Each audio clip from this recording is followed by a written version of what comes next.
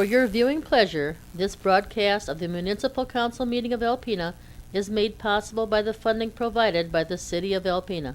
Thank you for your generosity.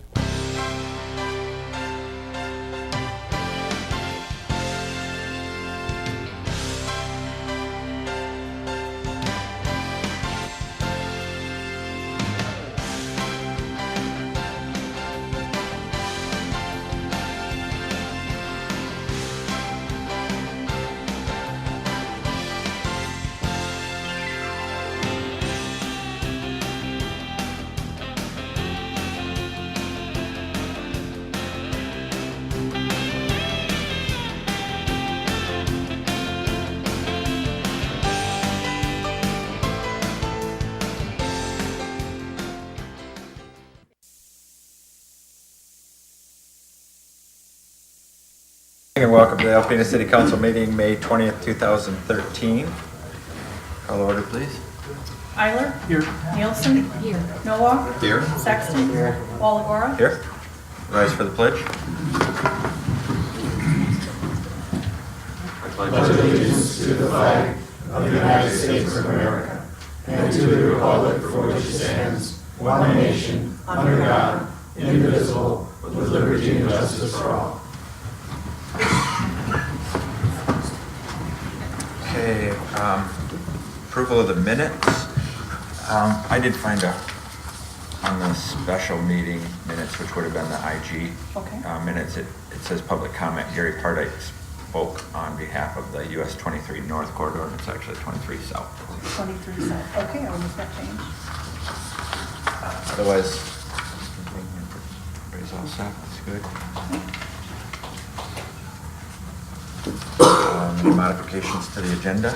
I believe there is. Yes, under the closed session, I'd like to also add, besides to discuss labor negotiations, would be the potential purchase of property.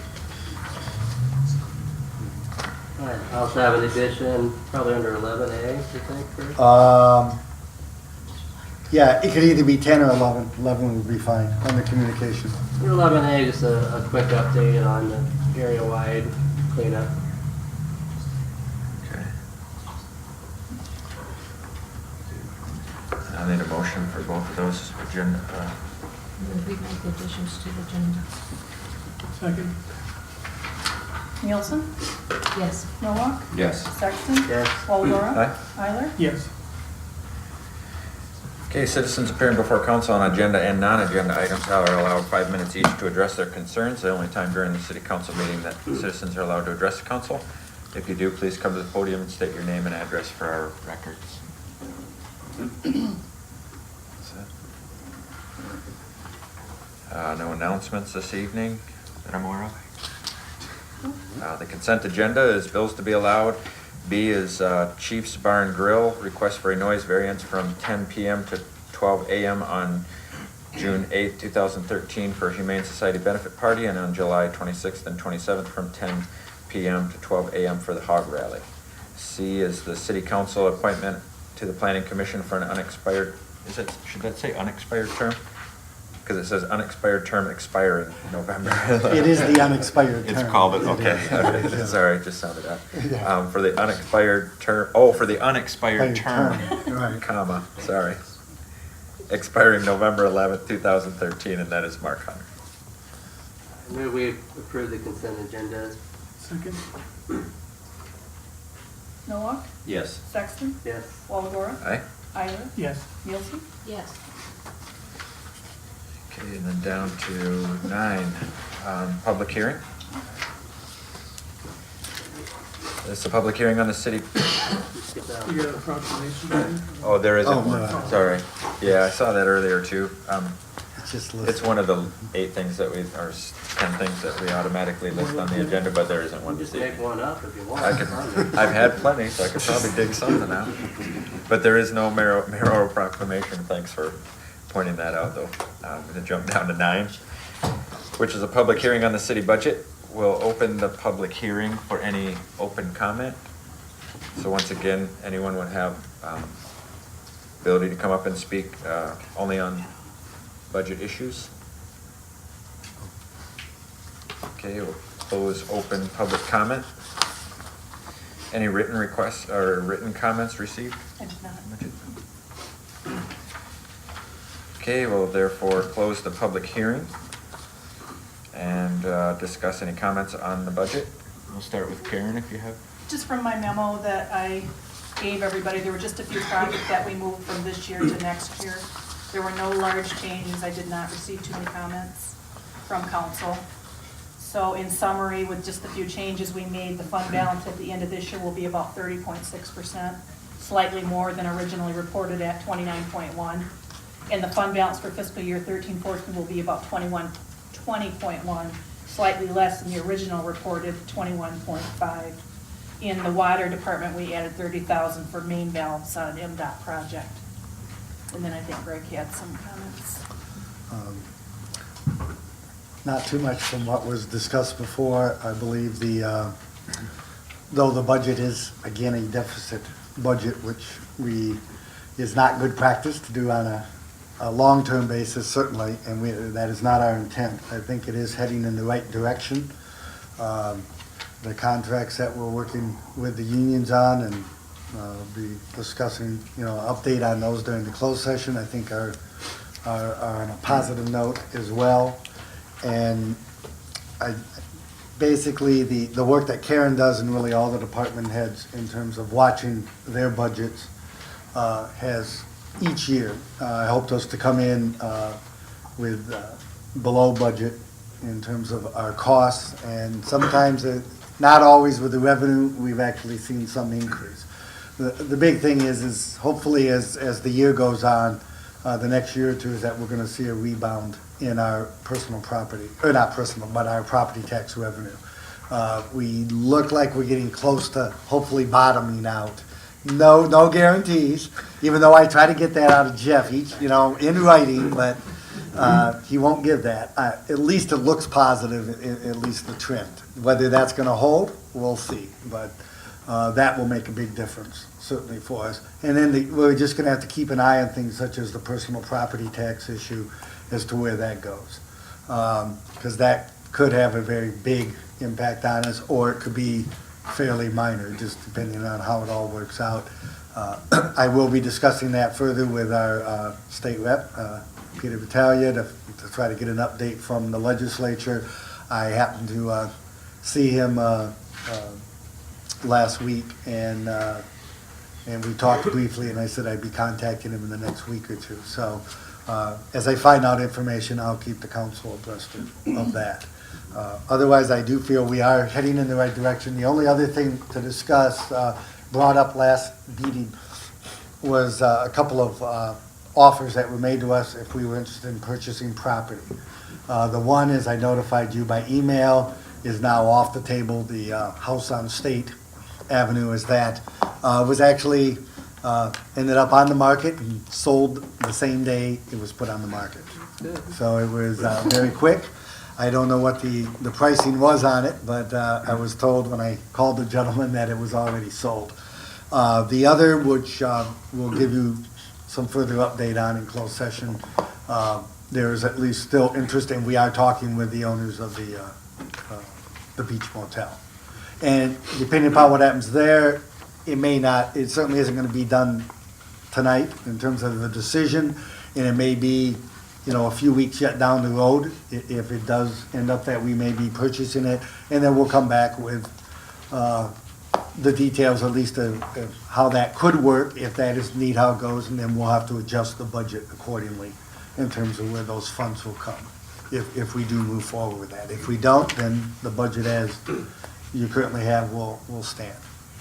And those are, other than to thank especially Karen for all the work that she did, and I know it was much more difficult this year because of us switching over to BSNA and having a different system, and all the department heads and the work that they did.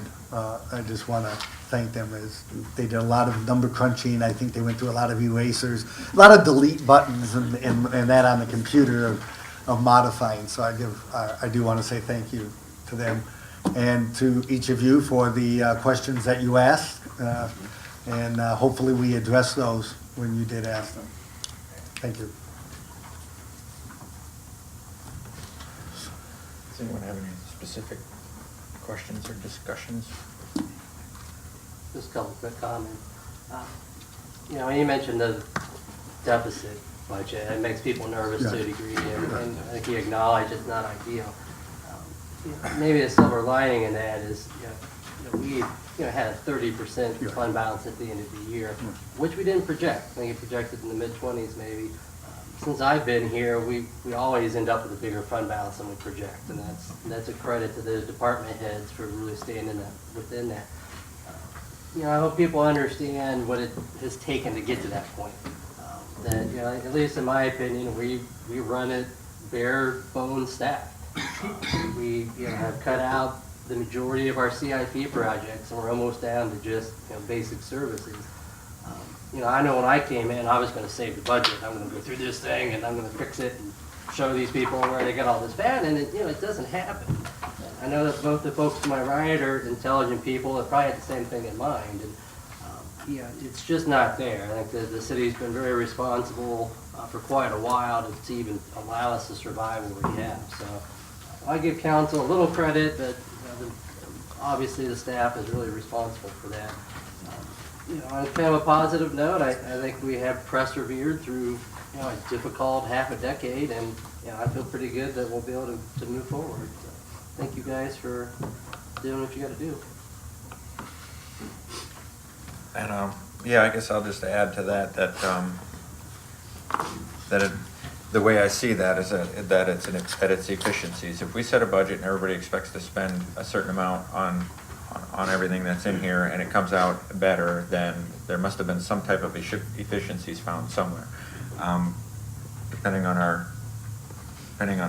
agenda this evening, Greg may or may not talk about some of that a little bit later, I think, when we get to the bid process, but it's efficiencies and more cost-effective ways of finding things that are gonna bring us ahead, so I certainly appreciate that. And with that said, everybody kind of terms deficit a little bit differently, but in deficit, you mean that we're spending fund balance that could be Right. spent otherwise. Right. It's not that we don't have the money. It's not that we don't have it and we're spending money we is- don't have. right. It is Because that's there. kind of where Not the worst. that's where that term sometimes gets used. I won't say misused, because the term works either way, but we're not spending money that we don't have. It's just certainly money that we would rather spend elsewhere. Right. And a lot of that is due to all the issues everybody is aware of, reductions in property tax, revenue sharing reductions, and things of this sort, where we have actually, you said the last half decade, I think it's probably been closer to a decade that we've been looking at making cuts. They've certainly gotten more severe as the years have gone by, but it has probably been since the early 2000s that we've started that process of where we saw revenue sharing beginning to shrink and having to adjust accordingly. And I think, the staff has done that and done it very well for a long time, which has kept the city, for the most part, in very good financial shape. And I think there are a lot of opportunities out there for our city and our community, and I'm at least optimistic, or cautiously optimistic, that the next few years are going to begin to see a turnaround and an improvement. Can't guarantee anything, but I think the opportunities are definitely out there. For my 2 cents worth, I think because I was on the Plan Commission for a while, I realized it was a bare bones budget, and that there wasn't waste. It was bare bones, and I truly appreciate coming in at this time with this very talented staff, and very hopeful and happy to be at the bottom to watch us all work up again to the top. And I see all the wonderful things happening in Alpena, and it makes me very excited to be on council and to do anything I can to help always. And always grateful for the staff, always so grateful for it. And I have the kind of the opposite end of it, not being on the planning commission and such. I kind of went through and asked a ton of questions of myself and went through it, as Sean stated, with the fine-tooth comb looking, and I agree with the statements that this is a fantastic budget. I mean, there isn't a lot up in here. I think that we've done a really good job of making sure the projects that we have in here have to be done, and that we're spending the money, you know, very well, that we do have. And so, at first I was the same way when I heard deficit spending. I thought the same thing right away. It's like, oh my gosh, look at all the stuff we have to cut. Where's that gonna come from? But, you know, as you understand a little bit, then you understand what we have to do and what has been done to set this up. So, my compliments to staff as well. Couple comments. Okay. I would add a nod to all of my colleagues on council on what they've said thus far. I'm going out, so this is the last budget I get to comment on. And I want to thank the staff and department heads. This is one I've agonized over about the least. I've read it as many times as I could stand to read it. And Is that one? it's not, no, I'm afraid not. But the staff has done a wonderful job. They always count on the department heads to come in below budget on their expenditures. You can always count on the revenue to come in below budget too. And so that juggling act has to be made, and it's been done well. When I came in here 10 years ago, and it's hard even to think about that. It went by just like that. The city had 80 employees. Now it is 73. And of that 7 difference, 6 of them are in the administrative level, which has dropped from 19 to 13. We're more efficient, we're leaner, we're meaner, and hopefully we're getting just as much done. So again, kudos to the staff. I want to thank my colleagues on council and the staff for leaving the funding in the budget for my favorite line item, the Humane Society, a no-kill shelter. I may not be able to get through this. I was looking through Sports Illustrated the other day in one of my free moments away from the budget, and I ran across a quote. It just seemed like it was made for this meeting. I had not heard of the gentleman, but he was our Mark Twain before we had a Mark Twain. His name is Henry Wheeler Shaw. And he said, "Money will buy you a pretty good dog, but it won't buy the wag of his tail." And that's the way I feel about all animals, basically. And maybe Sean could read that last line for me. Guest editorial from the Grand Haven Tribune. It was printed recently in the Alpena News. Long editorial. And just to close it on. Last line. Pets can't speak for themselves, so we must do it for them. Like Sam does a pretty good job of that, as well as the shelter. Thank you. Awesome. And I'll point out that, just for everyone's understanding, if you hadn't, that the Humane Society stayed in the budget, the hunt team stayed in the budget. 2 lawn and leaf pickups, one in the fall, one in curbside pickups, one in the fall, one in the spring for next year, and Target was, I saw Target twice and it kind of rattled me and I couldn't, so I was kind of paging through to try and find it again, and what did we, same as last year, 40? Okay, that's what I assumed, so that's investing in our future, so I wanted to make sure that I read that correctly. So, with that said, I think we did very well, or you did very well, and made us look like we did very well. Yeah, and I'm always cautious, so, we've seen just sparks of little in everything. The workers' comp, we had a better modifier than we expected. And the state revenue, we had a tiny bit more. Retirement went down a tiny bit, that cost. So we're trying to be optimistic, but we have to stay the course. We can't keep budgeting more than, expenditures and revenue. So we will keep working on that. Awesome. So with that said, I will accept that as council discussion, unless anybody's got any issues. So a motion to adopt the resolution on page 22 of the budget. You want to start with the motion and then Yes, discuss please. it? I'll move that we approve the 2013-2014 budget resolution. Second. Sexton? Yes. Walagora? Aye. Eiler? Yes. Nielsen? Yes. Noah? Yes.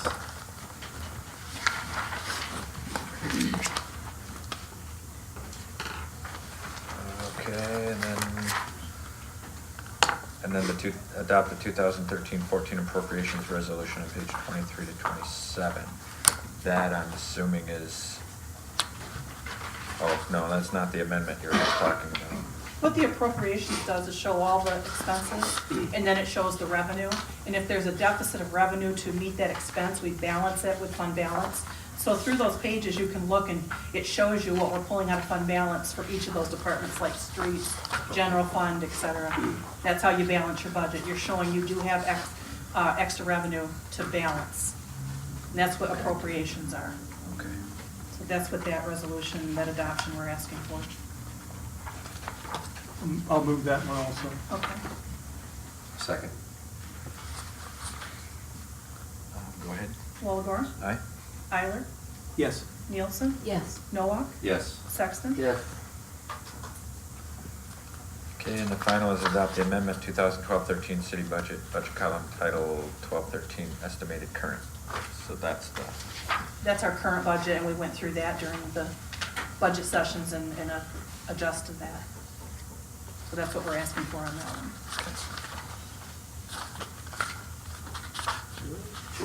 Might as well clean sweep. Move to approve adopt the amended 2012-2013 city budget titled 1213 estimated current. Second. when you're ready. Yes. You could have done, I did that once before. Nielsen? Oh, yeah, Yes. sorry. Nowak? Yes. Sexton? Yes. Walagora? Aye. Try that one more time.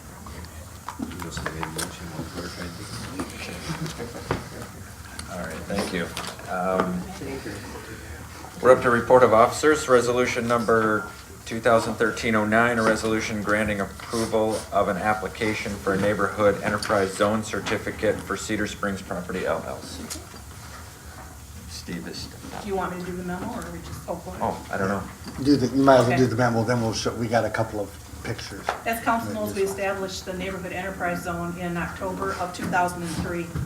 The neighborhood enterprise zone provides for the development and rehabilitation of residential housing by obtaining certificates for a period of time that provides exemption for certain taxes. The city assessor calculates the taxes to be levied, which are known as the neighborhood enterprise zone tax. Cedar Springs Properties LLC submitted an application on April 26th of 2013 for rehabilitation of an existing structure at 115 North First Avenue for a 12-year tax exemption. The application has been reviewed by Jeff Shea, city assessor, and Don Gilmet, city building inspector, and found to be favorable. Under Public Act 147, the State Tax Commission requires the governing body of the local governmental unit by resolution to approve the application for a neighborhood enterprise zone certificate. City staff is recommending approval of resolution number 2013-09. If so approved, I will forward the resolution to the State Tax Commission within the required time period. The State Tax Commission will then review the application for compliance. The city assessor and all taxing units affected will be notified by certified mail if a certificate will be issued. I was asked by Councilman Eiler to just show a picture of the building. It's right here on First Avenue, the Detloff building. Basically, the owner is Ron Chatfielder. He has an LLC with another individual, and it's the, oops, what happened there? Zoomed in. Delayed Zoom. Oh, anyways, because I'd like to see the second floor if we could. There, the work is all on the second floor on the front part. There is an existing apartment in the rear on the second floor that's been there. The upper floors were actually converted about 6-7 years ago and all updated for offices. And there were some offices in there for a while, but it just never really took hold. And so he went through our rental development program with Mishta, and they're under construction right now. Total investment in the 2 units is around $104,000. $70,000 of that is coming from Mishta in basically a forgivable loan, as long as they follow the rules, and the balance is invested by the property owner. So one of those apartments will be a market rate, 2-bedroom, and the other one, I think the one on the left there, will be a 1-bedroom. And that will be what's called affordable. That is, it'll basically be under rent control for a 5-year period, and for the first tenants to move in, they must be income qualified. their income must be at or below 80% of the median household income in the county. And this has been a very good program. That we have 15 units completed. We have 4 more this one, and over on at the corner of Second and Walter, where they're putting in 2 up there on the second floor, and conceivably we'll have 3 more finished before the end of the year. So it's been a very good program to bring housing downtown. To date, all those units that have been finished are occupied and have been. If they become unoccupied, they're filled very quickly. So it's been a very successful program. With the tax abatement, it is only on the increase in value of those units. Jeff has separated out, given a new tax ID number to that second floor, put a value on it before the improvements, that they still pay tax on, along with, of course, the first floor.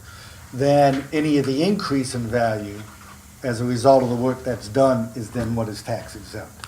And under the NEZ, this is considered a rehab, so it is a 100% abatement.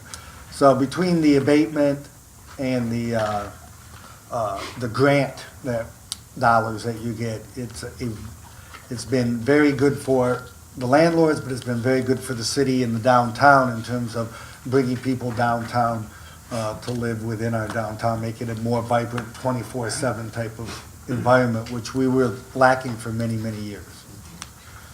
So we see it as a real plus. The other one is just a floor plan, and it's an old one. It's been slightly modified. So it may be a little hard to see there, but on the right side is the 2-unit. It has a bedroom in the back, which actually has 2 doorways because you have to have 2 ways out, and there are actually no windows in that bedroom, and that happens in some of these older buildings. And then the other has a bedroom, and then there's a living room and dining area, and then the bedroom up at the front. And then the other one is a 1-bedroom on the other side, with a bedroom there in the corner. And even though they did all that work back, 6, 7 years ago, much of it had to be demolished out because the walls changed in that in order to put in the apartment. So it is a major renovation and rehabilitation on that second floor. So it'll be really good once it's finished. And it should be done, I would assume, within, a month, 6 weeks. They are under construction right now. You may have seen them, emptying out through the window, removing, doing the demolition work, and now they're doing the construction. Great, got a couple of questions. I'm a fan of this program, but I just have a couple I'd like to know about. What's the criterion for the number of years in the abatement? Is it till the money invested is back? Actually, that's one where it's been pretty much just since this had begun, has been about a 12-year abatement that's been given in the downtown. And so that's been set. There is the opportunity, and it's just been some priorities and looking at what you have time to do, that it hasn't been done. But we could look at, much as we did when we created the NEZ where the old junior high was, Thunder Bay Junior High, where we actually did set criteria and there were different number of years. Now that's a totally different, it's still the NEZ, but because it's considered new construction there, it has a totally different formula. It's a rather convoluted one that the state has. And that one we did set up where you could, I can't remember what it was, like 6, 9, 12 or something of that sort. This one, we have not done that. I know initially when we started, it was because we wanted to really encourage and get people to do this because we did have very limited housing in the downtown and we were trying to increase it. And we've certainly been very successful. I'm not sure how long this program in terms of MISTA is going to continue. They keep changing the regulations and the rules, and they seem to do it almost on a monthly basis between what Don and I, every time I get an email from them or a phone call, it's usually another change that is not for the good. And I'm not sure if we're going to be able to continue the program once we finish this one or not. We'll be looking at it very closely. But we have been, because we want to encourage this downtown development, we've pretty much left it as a 12-year abatement. Does it have to be 12 years? No, it does not. We have, what is it, from 1 to 12, or 1 to 13, something like that within a downtown. You actually do have the option. And if you would really like us to look at that, we can make a concerted effort of looking at setting up some actual criteria for that, just as we did with the Thunder Bay. I guess I would like to see that. It's not fair to compare these to Right. the industrial ones where, Right. like the old Thunder Bay manufacturing, been bitten once or twice. Yeah, that was a totally different with Right. personal property tax. It's a very different. These have been really very successful. They have done their job in the downtown in terms of bringing this housing downtown. And the landlords, very honestly, because of the way the market's been, even when they have market rate units, which means they can lease it to whoever they want and get whatever they can. They're not really getting much more than what the MISTA rates are, because the market just isn't there right now. But their intent is they made this investment, and with these incentives, it's a good investment that in the long term will pay dividends as the overall housing market improves in our area. The demand will bring those rents up for them. Does this abatement stay with the building regardless of whether he sells it to somebody else? Yeah, I think there is a process, you have some forms you have to fill out, but yes, if they did sell it, it would go with the new property owner and continue. And it's an abatement that the city isn't losing anything, because the city will continue to get property tax on the established building that we always have, so. And in reality, the city actually gets none of the money, even if there wasn't an abatement, because it is all captured by the DDA as part of their TIF. So they get the city taxes along with the county tax, ACC tax, DART tax, all goes to the DDA. So it doesn't go into our fund, it still helps the city in the downtown, but it is through the DDA who actually captures that money. And they have supported this program, I did want to say that, because they are giving up that tax money for the, next 12 years, but they see the value of it, and it's much better than, many cases, a lot of these we've done have just been left as storage. And so now they're getting into an active use, and they see a very great benefit in that. So that's why the DDA, even though they're losing that, not losing, but they're still getting revenue on what was there, just on that improvement, they see that still as a benefit. Does this resolution have to come back? No, we Just just pass need it it. approved tonight. Any other comments on that, or did you imply you wanted to look into a shorter period, or? Maybe this isn't the battle to pick, but I would like to see us get away from such long debate. It seems to me that, by the time that the abatement expires, that the value isn't there anymore, and the city doesn't really make it up. So, I like the incentive, I think that's helpful. If I was a landlord and you gave me 6 years, I think that was great. Maybe this isn't, the time to look at that, I don't know, Sam brought that up, but I we think it's can do a that. bad precedent to have 10 and 12-year abatement. And I think the Going point, forward, and I think the point that this specific one affects the DDA more than the city itself, and they recommend its passage, so that I'm a little more comfortable with the 12 as they are. As long as they're good with it. Somebody want to move? Yep, I move we approve resolution 2013-09. Second? Nielsen? Yes. Noah? Yes. Sexton? Yes. Walagora? Aye. Eiler? Yes. Okay, and we have bids, resurfacing bids.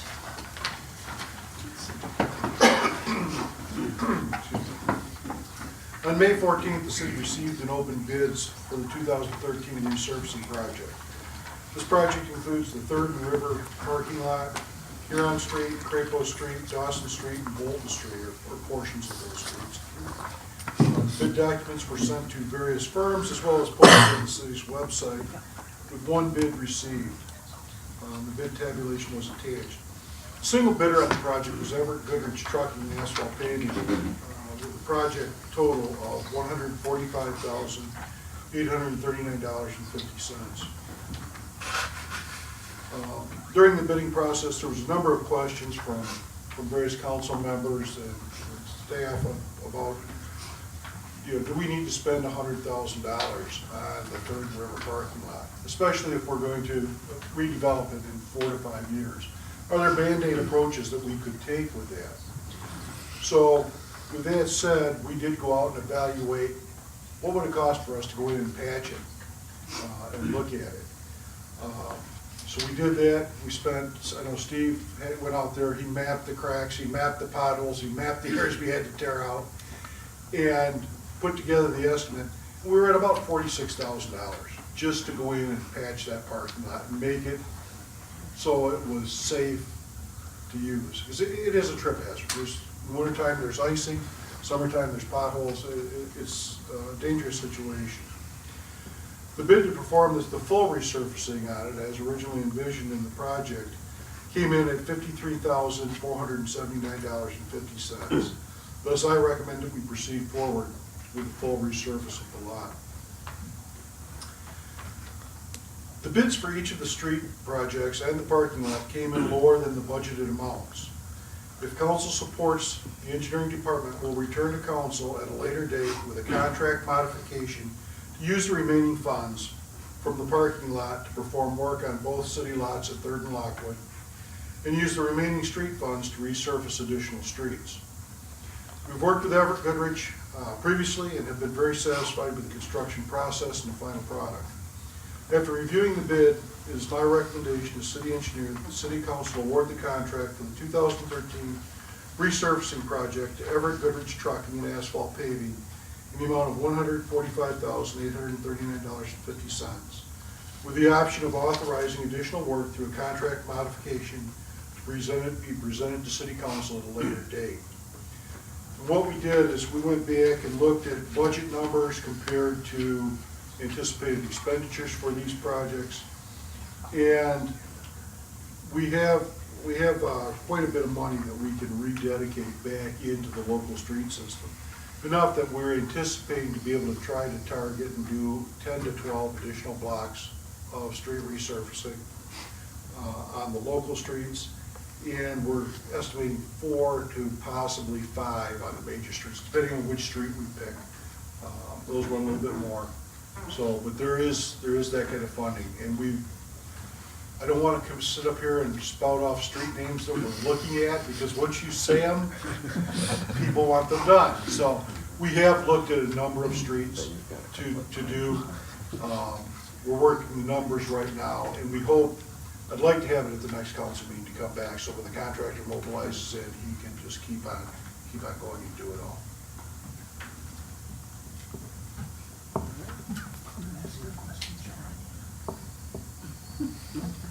I'll ask Sean's. This is a $150,000 project. Is there any reason why we only had one bidder? I mean, 8 of the 10 you sent out to could be called Alpena or suburbs. The others being Tawas and East Jordan, and nobody else bid? Probably, you basically have 2 asphalt suppliers, Boland's and Goodrich's plant.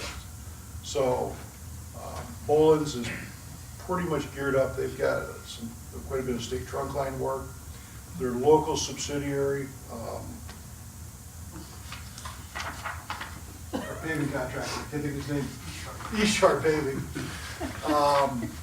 buys their mix from Boland's. So if Boland's is committed, they typically use that plant for their production. The mix they're making right now is very specific to the US 23 MDOT project. Would not be appropriate, a lot more expensive mix than to use on our street system. So that very well could be one of the reasons. But Looks like we got a good bid. I mean, if it's the only bid. we looked at the asphalt prices. The asphalt prices were very competitive with everything else. All of our numbers, all of our other numbers were very competitive. I think that Bruce Goodrich really, he wanted this job, and he cut his numbers down pretty good.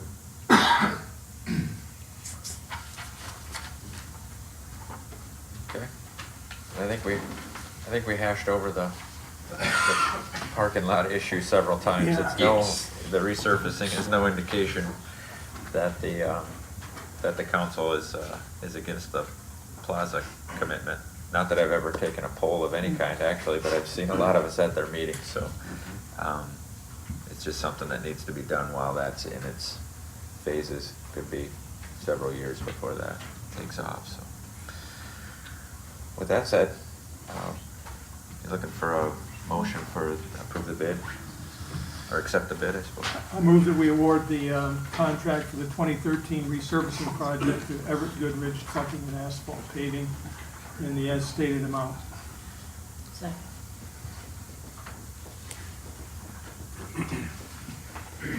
When you're ready. Noah? Yes. Sexton? Yes. Walagora? Aye. Eilish? Yes. Nielsen? Yes.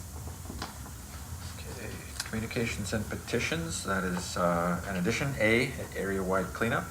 Yeah, just a minute or two update on the area-wide cleanup we had last Saturday.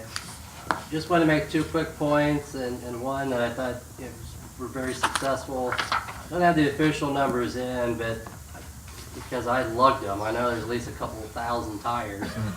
So we had a couple thousand tires. We had several yards of hazardous materials, electronics, several yards of just junk, just bad stuff.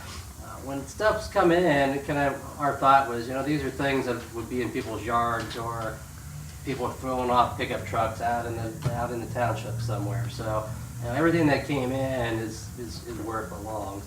And that was, funded through the $10 surcharge. The other point I would make is we had every single township supervisor out there. We had a couple representatives of the city there. City also had a DPW worker there with a loader. And so when you talk about cooperation and intergovernmental units coming together, I think that's just an excellent example of that. I was the youngest guy out there, and that ought to tell you something about people's dedication. You get guys in their 60s, checking refrigerators and all kinds of stuff. So it went really well, and the citizens seem happy, and a lot of them are from the city. So I just want to give a little plug for the area-wide cleanup, and typically that's the 2nd or 3rd weekend in May. And we've been able to do that the last several years. Awesome. Thank you. Next up, Thunder Bay Winery, request to put sidewalk tables at 109 North 2nd Avenue. At our last planning commission meeting, which was last Tuesday, Janice Sauer of Thunder Bay Winery, located in the Center Building downtown, had requested commission support for the placement of tables and chairs on the public sidewalk immediately adjacent to their storefront, per the drawing that you have. The commission approved the motion by a vote of 7-0 to forward to council its support of the request and asking council to do likewise. The only stipulation is for the maintenance of a minimum 5-foot clear area for pedestrian traffic between the street, tree line, and the seating area. Janice and her husband Jeremy have worked with the Michigan Liquor Control Commission on the proper licensing and location and designation of the outdoor seating area. In the past, such areas required fencing to physically separate them from the general public. This is no longer a requirement. Instead, all they need is to have the designated seating area, which in this case is for alcoholic beverages, clearly marked on the pavement. This would be done utilizing, at this time, a painted line that would be neatly done on there to designate it. And that is the area within which in this case, the wine can be consumed. It cannot be taken out, and you can't be walking up and down the sidewalk with a glass of wine in it. That would be in violation of the license. The city zoning ordinance permits and encourages such outdoor activities as a means to increase activity on the sidewalks in front of storefronts and the overall vibrancy of the downtown. The DDA also supports this request, and you have a letter from them. Council is required to authorize the placement of any outdoor dining, drinking areas on the public sidewalk, especially those involving the consumption of alcohol. Staff supports the Planning Commission's action and requests council approval of the Thunder Bay Winery request so they may complete the application process with the Michigan Liquor Control Commission and move ahead with this. If it is approved, of course, we will monitor it along with the the SARs, and if there needs to be any modification or there are issues, then that can be brought back before council.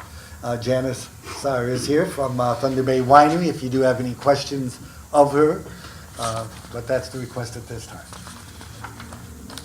My biggest concern was the marking of the sidewalk, and how, I don't know any other word other than how tasteful it is, and it's really not, probably not even in, and I know it's a different subject, but we always see, if you walk the bike path, you see start here, or finish here, or somebody had sprayed, for some event of some kind, and it's there forever. Some of our services, you know, do a blue line or whatever for whatever it is that they need, and it's there forever, and it looks horrible. So I guess whoever puts the markings down, if it can be something that kind of, that's, you know, not hot pink and done with a, you know, a quick horrible stencil or something, if it can be pleasing, I guess, to what has to be there. That was probably one of my bigger issues as far as, Rich can probably address some of If- that. I Since don't know it if you had a is, plan for that already, or if it's just something. that- Actually, what we can do, we can use our pavement marking contractor that does our parking stalls. He comes into town and does one parking stall, charges us like $8. So it's cheap, and he does a very good professional job, so we can have that done. We can do it in blue, you know, we can work with these folks to delineate whatever color liquor control wants us to have to. Yeah, and I don't know if it has to be any particular color. I mean, if it doesn't say, then This has to be clearly marked. Fluorescent pink is what I think you well, said. is that what I said? Then I take that back. We'll make sure it's done tastefully, and like I said, we can get the contractor in here and do those two marks across there, and it's basically no cost. Okay. and those do over time wear off. Wear off a They're little they're bit. not embedded down into the concrete. I know if it is successful, and I know Janice has talked about whether doing some other type of more permanent, whether it be, you know, actually putting in a different surface in there or something of this sort, but at this point, we just want to see if it works and is successful, and then if it is and they want to do something else, we would come back to council with that. Okay. Yeah, like a long-term, like etch the sidewalk or something. Yeah, so, you know, stamp A dye or concrete, something. something or whatever, or a color to it that would differentiate it.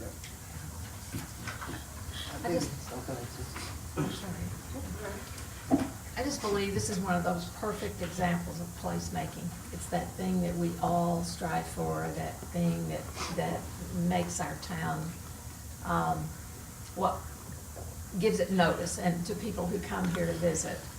And it's one of the most exciting things. It's, for me, it is anyway, to see baby steps, because we can do the big hoorah and hoopla and spend a ton of money, and maybe or maybe not, but baby steps are the answer, because citizens buy into this, and I think everybody's really going to like it. I do. The ice cream place is taking off. Everybody's very pleased with the activity down there, and so I think this is a great idea, and I'm so glad that, Janice, to see you guys start doing it. Thank you. And just to add to what Susan said, in communities that have outdoor eating and drinking, it draws people in. You can see that with just the ice cream place. You come down 23 and there's a crowd of people out there. It makes you want to see what they're doing. Yes.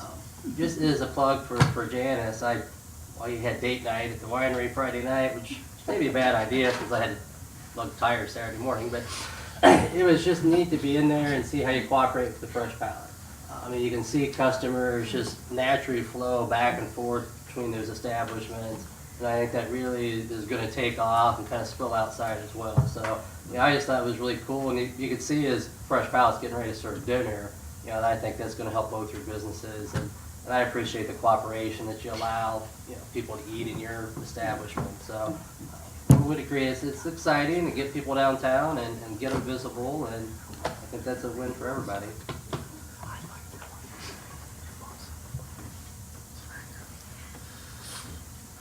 I think I need to do one more plug for us. I went to this is so important to me. We went to Michigan Municipal League Conference in midwinter, and it of course went to a placemaking session. Just all the things that we're working on here in Alpena. And they flashed, on the screen, they just flash at random, different little small towns and cities and areas within cities and small towns that were perfect examples of placemaking.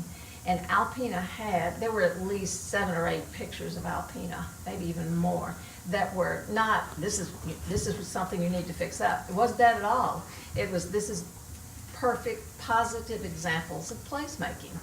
And I want to call them sometimes and say, you need to come back and get some more pictures, because we are so making strides there. So we're already being recognized and at the forefront, and I'm just so happy about that. Aren't we all full of love this evening? Well, so things are happening. Gearing up for number 13. Yeah, maybe we should just stop before we get to the next one. We need action on that? Yes. Okay. I move we approve the request from Turtle Bay Winery for sidewalk tables on 109 North Second. Second. Sexton? Yes. Walagora? Aye. Eiler? Yes. Nielsen? Yes. Noah? Yes. Okay, unfinished business. Rate analysis of water and sewer for city customers. I guess it's up to me to bring the mood down. There comes the party. Here's Kelly. Bring us down. There is a lot of detail in this memo, and I would like to avoid reading it word for word, but a lot of it is almost gonna have to be to convey that information out to the public.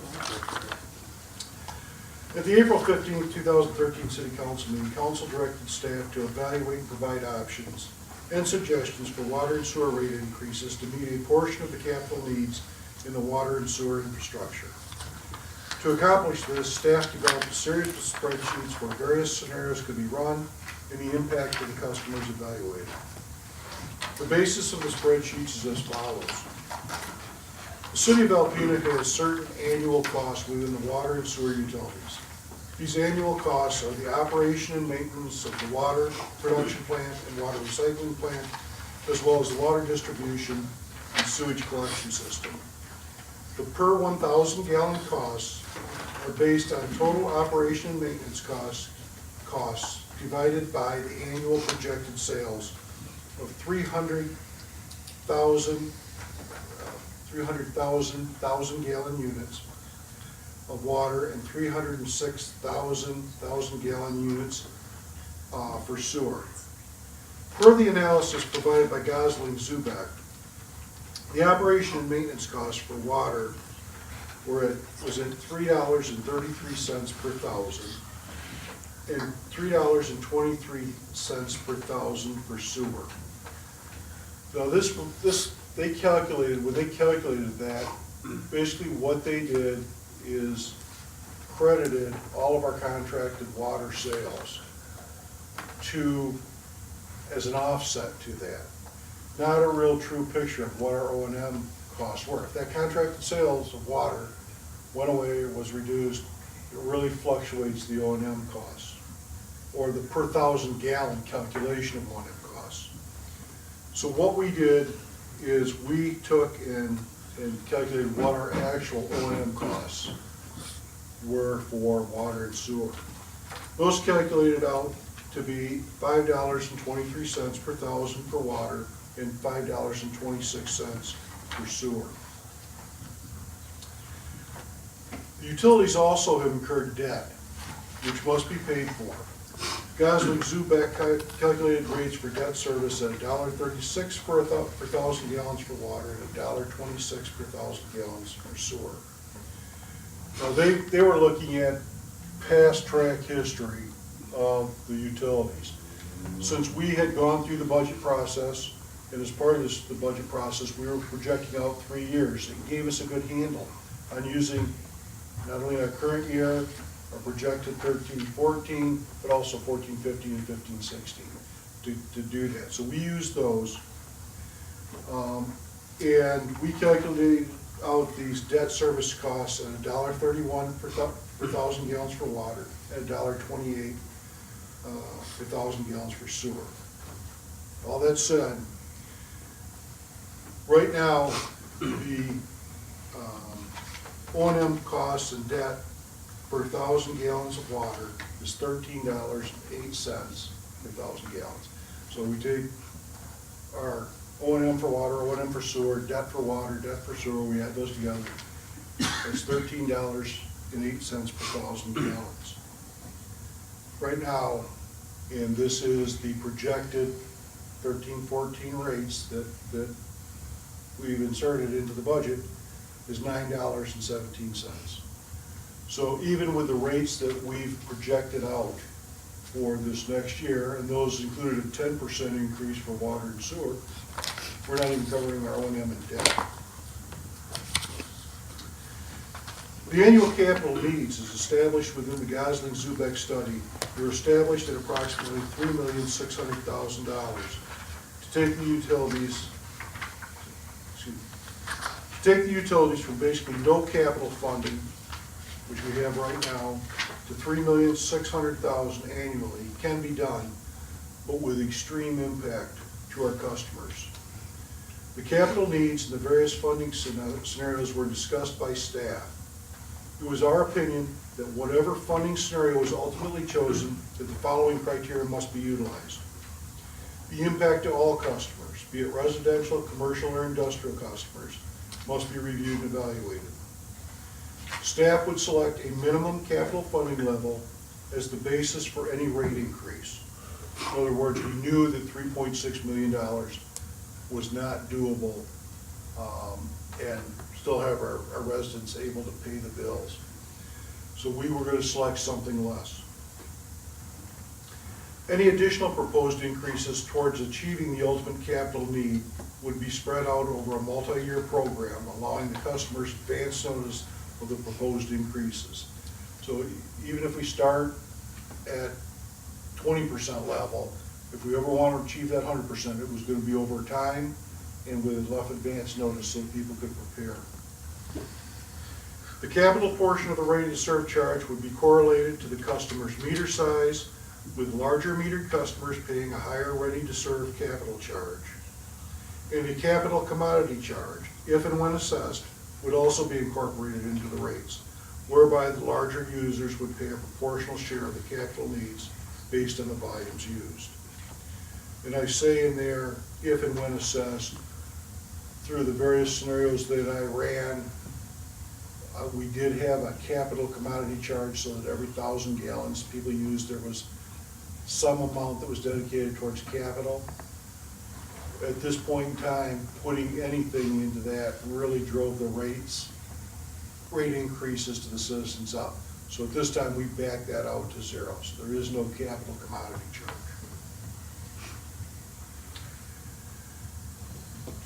Per the Gosling-Zubek report, the city should attain a capital level of funding of approximately $3.6 million annually. As stated, a rate increase to achieve this is unrealistic at this time, but should be a target level to achieve in the future. To establish the funding for capital improvements, staff has selected a funding level of $1.5 to $1.75 million to achieve this. Once this level of funding was determined, the information was entered into the spreadsheets and the variable costs adjusted to try and balance out the impact to the customers while achieving the desired funding level. Once again, the city has annual costs for operation and maintenance and debt, which must be maintained and are for the most part set. To achieve capital funding desired, we have two variables within the calculations by which to generate that funding. These are a ready-to-serve charge and a commodity capital charge. And as I stated previously, putting a capital commodity charge in there, just the rates, the percentage increase to the customers really went up dramatically.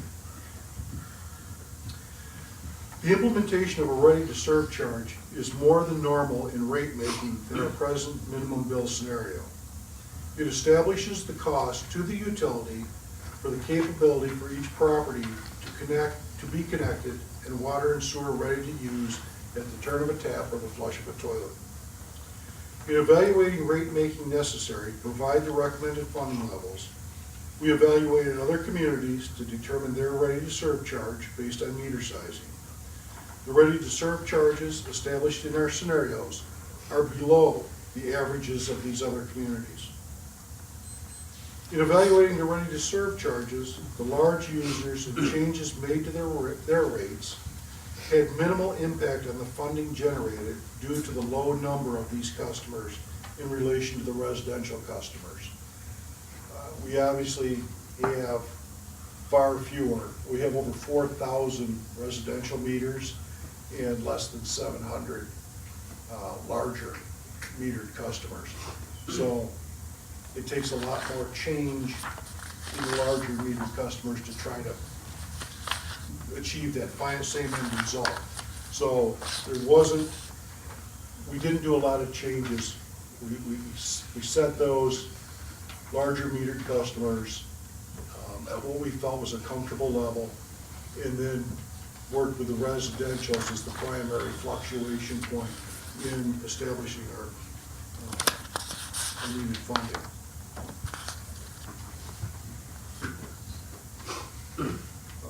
Thus a minor, in evaluating the rate surcharge, the larger users and changes made to their rates had minimal impact on the funding generated due to the low numbers of these customers in relation to the residential customers. Thus, a minor change in the ready-to-serve charge spread over all customers per month had more significant impact on the funding generated overall by the ready-to-serve charge portion of the rate making. In the various scenarios that we ran, the ready-to-serve charges for the larger meter customers were held constant as they are limited in number. Increases in the ready-to-serve charges to them has minimal impact on the overall capital, and ready-to-serve charges for the larger meter customers have already been increased. So we already took those up to what we felt was a comfortable level, and again, those are below what the average of other ready-to-serve charge customers for comparable meters in other communities were at. The residential customers are those with meters less than 1 inch. Ready-to-serve charges will run through the scenarios at varying costs. In running these various scenarios, it was determined that at this time, we would not implement a commodity charge per 1,000 gallons of usage.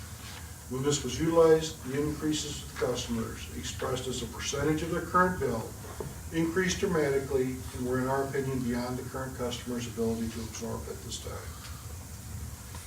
In the scenarios that were developed, the ready-to-serve charge for residential customers, those with 1 inch meters or less, ran from $10 per month to $16.42 per month. This would not include any usage by the customer, and they would only be billed for the water they actually used. Under our present scenario, with 6,000 gallons of usage per quarter, and they're basically given that in their minimum bill, we have a number of customers that question why they're paying for 6,000 gallons when they're not even using 3,000 gallons. So in making these changes, we felt that we would take it right back to zero, keep the minimum bill down, but then the residents would be billed for water consumed. To evaluate the impact to the customers, United Water provided past billings for the 10 largest customers. These were then incorporated into the spreadsheet along with minimum used customers and average used customers to calculate out the proposed billings for each scenario. The proposed billings were then compared to the previous billings, either actual or calculated, depending on use. The attached spreadsheet titled Customer Use and Cost Comparison for each ready-to-serve rate tested shows these calculations and comparisons. I'm going to jump up to spreadsheet really quickly, and I know this is kind of small for the audience to see. I just picked, and all I want to do is I want to take and just explain some of the scenario here, and then go into the impact. And it's labeled large user impact, but it's look at all the users. This happens to be based on a $6 per water and sewer ready-to-serve charge for residential customers. It should be the $12. The ready-to-serve charge would generate about $679,000 per year. The large metered customers are the ones below that, $47,000 for the 1 to 2 inch meters, $11,000, almost $12,000 for the 2 to 3, $2,300 for the 3 inch meters, $11,200 for the 4 inch, and $6,200 for the 6 inch meters. As can we see, there's very limited number of larger customers, so they have minimal impact. We talked about the O&M costs, and this is where they're calculated out. This is the revenue that is generated by charging the O&M costs against the water and sewer volume sold. You know, we're going to generate $3,180,482, and our O&M expenses for a year are $3,180,483. We're covering our expenses. The same thing with our debt. We're going to generate about $783. Well, we're going to generate exactly the same amount, the exact amount to cover our debt. So there is no additional money. The O&M cost and the debt retirement is only covering that portion of it. We have increased the billing service charge with this, and even if we remain where we're at, we would be looking at going to a monthly billing system. So what I did is I asked Mike Lewinsky from United Water to put together the costs, what it's costing us right now for the billing system, and what we would pay to have them go to a monthly bill. There's obviously additional increases. We have more customers coming in, we have more billings going out per month. So Mike has done that, and before we charged $5.67 as a billing charge per quarter. Now we'd be looking at about $3.34 per month per customer for a billing charge. So there is an increase there, but it's those additional services. We're also, and I just point this out, it's not in the memo, but we are looking at other alternatives for possibly reducing that, possibly partnering up on some billing to make that even more cost effective. Bottom line out of all this, our contracted sales, about $1.25 million. The revenue generated from our O&M, from our ready-to-serve charges, our debt service is going to generate about almost $6 million. These are our estimated expenses. This is an average over the next 4 years, the current year plus the next 3. Brings us to a total of total expenses of about $4.3 million per year, giving us about $1.6 million for capital. All this other revenue, that is basically our trucked in waste, our septage, and that is flexible. There's talk about the trucked in waste possibly going away. We wanted to keep it separated out. So we're looking at, under this scenario, with $6 per utility per month ready-to-serve charge, we would generate about $1,786,000 available for capital. Now, with each one of these, we also generated a large user impact. Looking at our 10,000 gallon customer, which is an average customer, that was the same thing that Gosley and Zuback used. $12 commodity charge, the monthly billing charge, debt service, and O&M. We have a cost per quarter, and all I did was I just equated these out per quarter so that we could have a good comparison. The per quarter equivalent would be $176.82 where the current customer is paying $97.46, about an 81% increase in their rates. That's, again, that's with the 6. We also did this scenario for a $5, $5.50, 6, and then an $8.21 ready-to-serve charge. Summarizing those, residential customer user charge, the revenue generated by the ready-to-serve, revenue generated by the O&M, contracted and other revenue, the total revenue, or total expenses, and the funding available for capital. And as you see, at $5, and it makes, makes sense at $5, we have about $1.66 million available for capital. As this goes up, we generate more money available for capital. At $8.21, we generate about $2 million available for capital. Again, proposed monthly bill for each of those scenarios, average use cost for each one of those customers, our current cost per quarter, and this is the percent increase that the average use customer, 10,000 gallon per quarter customer would see. This ranking, and this was something that was referenced in the Gosling-Zubeck study. This is a chart that they pulled out that they had in their presentation.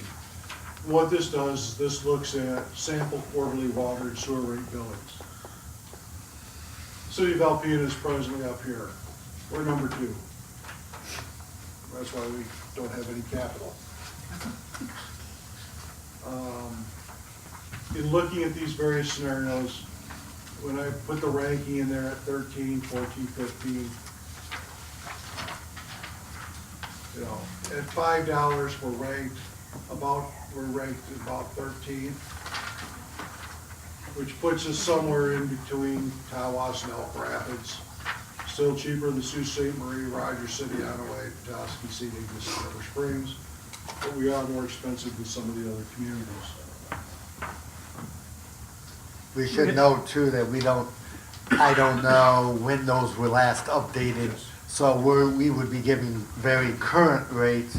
We don't know what those others are. They may be higher now because of annual adjustments that they make, and I'm not sure what the date is on those. I know that he updated them between his initial report last January and his presentation, so they were in the spring, but I don't know if all of the customers have changed their rates since then.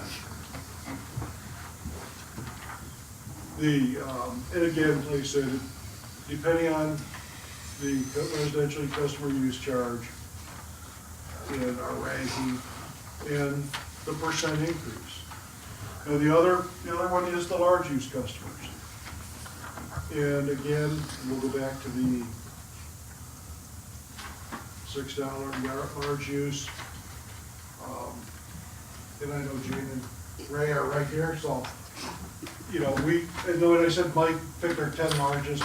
Ton of Suds was not one of those, but we did include them because they have expressed a lot of concern. And I apologize, you should have got 2 new spreadsheets at your desk tonight. Sam found where I had erred in my ways, and I had put the residential user charge in here for Ton of Suds on 2 of the spreadsheets, so we did correct those. But, as an example, Ton of Suds would see about a 70% increase in their water. Some of these are pretty significant. The Board of Education, ACES, and a lot of it has to do with their meter size. They have a 2-inch meter.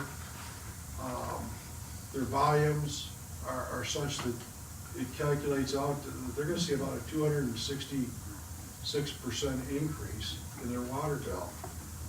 Lafarge, roughly a 66% increase. ARMC about a 63% increase. I was just gonna say, Rich, if you looked at that chart, with the $6 for the larger customers. It is very much on there when it gives the average of 103 is skewed by that one Yes. with ACES that is so large, for whatever reason. If you eliminated the highest and the lowest, that average, it's still, anybody who's a customer is still going to look at it, it's almost double, but it does drop to around 93%. So it's about a 10 percentage point You can see drop once you take out that one, especially the one, but also the lowest. The low percentage increases are in the 60s and 70s. It's that 266.7% increase on Besser. It just happens to be These. where ACES, and the volumes they use, and the fact of their meter size. Rich, Yes. is the meter size actually the pipe, the pipe size? What it is, we have different size meters. A typical residential meter is a 3/4 or 5/8, Mike? Both. But they're below 1 inch. Right. And as you get larger volumes of use, you typically need to have a larger meter. So in those cases, because in the demand, the rate of surcharge is basically that the city has built the infrastructure, has the capacity out to a business or a home to be able to service that home. If that business wasn't using city water, we still need to have that capacity out there for them to be able to use it, for them to be able to have the fire suppression, for them to have the services associated with water. So what that ready to serve charge basically tries to do is establish what, our cost or what our capital is to be ready to serve, to be able to have the water there for them. Typically, as those meter sizes go up, there's bigger demands, therefore there's more demands on the system to meet those. That's why when we looked at the averages,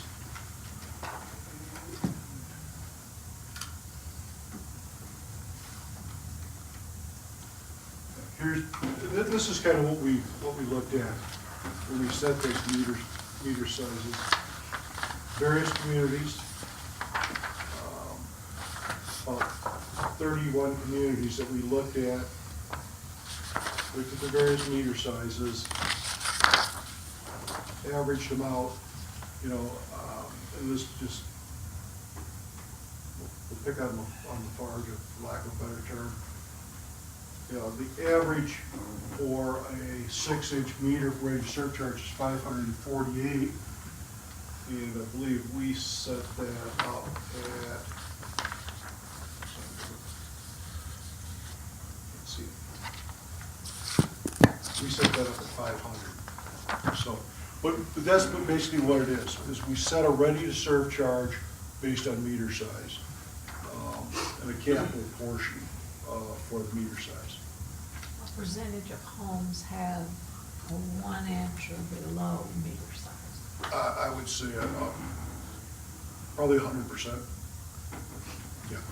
So it has nothing to do with the size of the pipe, it's the size of the meter. It's Okay. based on the meter. That was very confusing. Well, you can't just put if you have a 1-inch line coming into a business or anything, I don't think you can't just put a 4-inch meter on it. No, I mean, so it has everything to do with the size of pipe that's coming in the building. Yeah, it does. That's what. But, as an example. Am I right? I And the don't bigger know. the home and the more service you need, the bigger the pipe and the bigger the meter. Right. Right. We couldn't just go into a place. Right.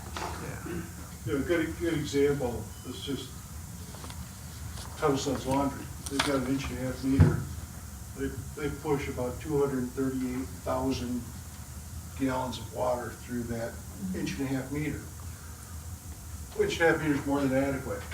This is what kills the Besser, the Board of Education, with this 2-inch meter. They're only using 52, 28. They could get by with a residential meter there on some of those. And I mean, it's not a huge, it's $100 a month, $1,200 a year, but it still adds to the increase. You know, it's just that they've put these larger meters in at some of these businesses, whereas the Ton of Suds is sized pretty appropriately for the use that they've got going through there. Thank you. Rich, you just answered the question I didn't ask, but could you stay on that same page? Sure. I was wondering, I couldn't see any correlation between your second column there, the average volume per quarter, and the last column, the percent of the increase. I see now, but in your example there of some of the bigger pipes not being used, or bigger meters not being used, wouldn't it make sense for that business to request a smaller meter to be more in line with its water usage, and therefore they would pay less, which would screw up our calculation? Or is that, again, it's just one of very few, but it isn't gonna make that much difference? It's not, but when you really look at it, you know, you got 47, you know, About $70,000. about $70,000 is the ready to serve charge that's generated by the large customers. Oh, So even if those were all down to it's packed residential, in there, yeah. there's very minimal impact there. Rich, I Yeah. have one more question. Sure. Then I'll try to, No, you can no. tell me to look it up after this. No, You would never do that. only once. Do we have a rule that caps what we would charge industry or a huge business with a huge meter? Is there a cap for them? Basically, yeah, the ready to serve charge is capped at, would be $516.42 is the most we would charge per month for that ready to serve charge.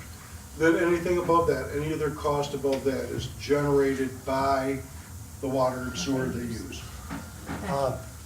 Don, just a question regarding meter size on some businesses. Is any of that impacted on whether they have to be suppressed? Even though that doesn't get used necessarily, does that impact meter size? It could, because it depends how much water they require. Some of them might use a 2 or 3 inch line, but they kind of want it, when they put suppression in a building, they really don't want it tied into paying the city water bill in case they don't, the city has to shut the water off. They still want to make sure that suppression's going. And most of these are not suppression meters. We don't charge a bill for suppression Oh, meters. okay, okay. We don't even require a meter on fire systems. Oh, okay.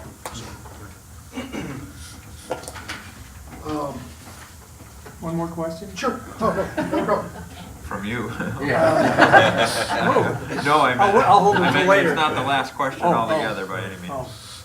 I noticed Alpena Township is Came not up. on the list of largest customers, and they are the largest, as I understand. So just because This is just city talks rates. are ongoing? Okay, This- okay. Any rates with the Alpena Township are subject to negotiations.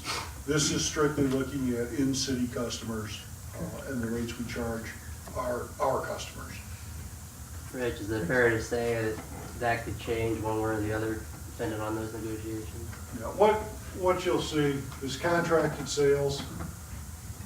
That's basically the revenues coming in from Alpena Township. And we kept those separated out just for that very reason, because they are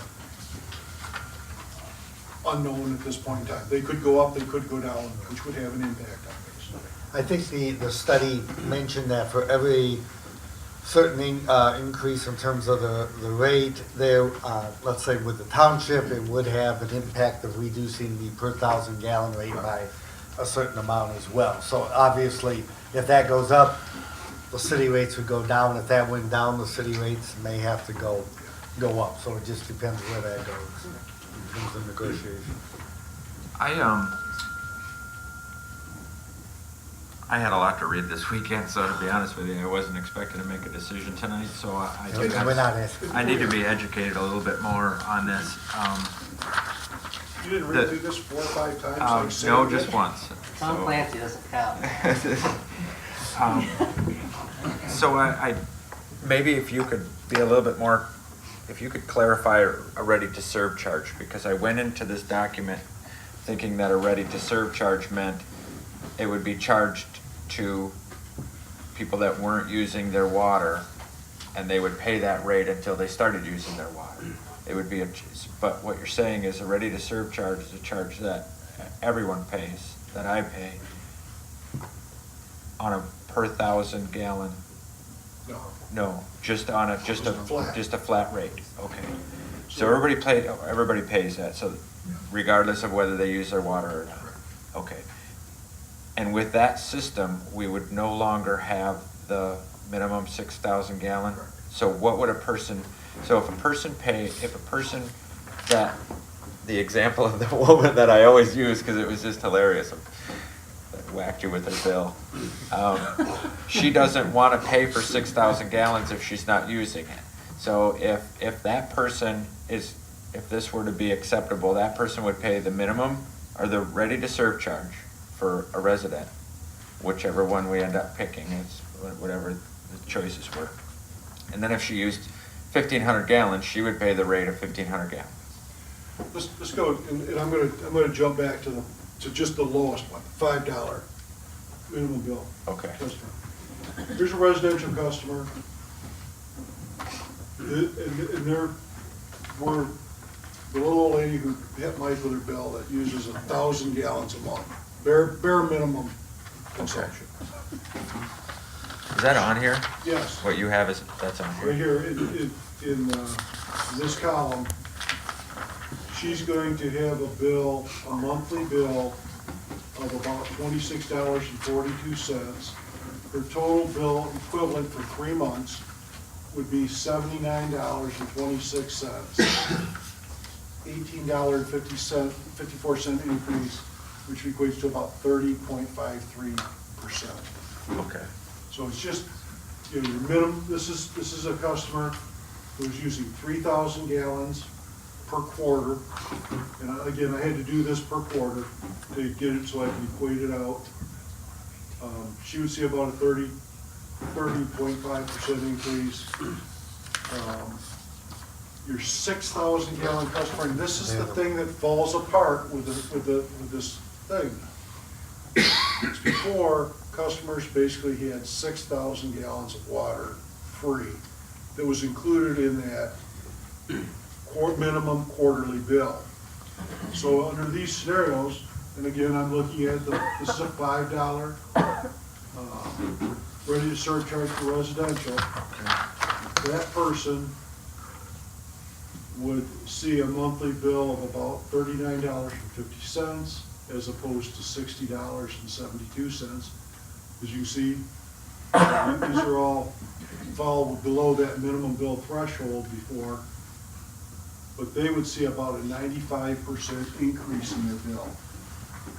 And that's only because before they were getting the 6,000 gallons for included.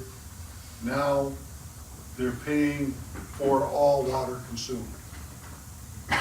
And there's no good fix to that when you're making this change. The state of the 6,000 gallons, I would, to give people 6,000 gallons, I'd have to jack that ready-to-serve charge up enough to cover that. And that's where these spreadsheets really came in handy, because I could plug all those different scenarios in and crunch it through. But in the 6,000 gallon per quarter scenario that I have highlighted here, Okay. before they were paying $60.72 a quarter, now they're gonna pay just under $40 a month. And you can see that if you just look at all of those in that column that go from, basically where you're going from on a $1,000 or 1,000 gallons per month Correct. on up to that, as you increase that to The six. what you end up with is you can see how the percentage increase goes up. Because when you're down at the very low end, you're not using all that water that you were in essence being charged for before, but each time you add to it, you're getting a higher and higher percentage until it caps out at the 6,000, and then it begins to drop again in terms of your percentage increase as you get the larger volume. So it's that 6,000 gallon is kind of the magic line, and there's, as Rich said, there's no really good way around it. if you make it so it's works and is much more palatable for them, it's gonna hit somebody else harder. So Right.